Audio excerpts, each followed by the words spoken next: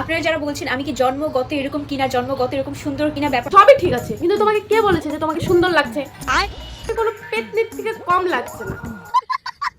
এই দেখেন, এটা হচ্ছে আমার ছোটকালের ছবি, ঠিক আছে? এটা আমাদের ছোটকালের ছবিটা। সত্যি কথা বলতে ছোটবেলার ছবিটাই ভালো ছিল তোমার। শেওড়া গাছের পেতনির মতো কে হতে বলেছে? আমার মনে হয় অনেক কারণ আছে। কি থেকে কি হয়ে গিয়েছে দেখেন, কি সুন্দর হয়ে গিয়েছে, তাই না? দেখে তোমার বরই না পালিয়ে যায়। আমরা তো দূরে, আমাদের হার্ট অ্যাটাক না কিডনি অ্যাটাক হবে এখন। একটা আপু লিখেছে ফিল্টার মারছে। কোথায় ফিল্টার আপু? কোনো ফিল্টার না, এটা কিন্তু কোনো ফিল্টার না, ঠিক আছে? এটা এত দেখাতে হবে না, আমরা বিশ্বাস করেছি তুমি কোনো ফিল্টার লাগাওনি। এগুলো কোনো ফিল্টারই না।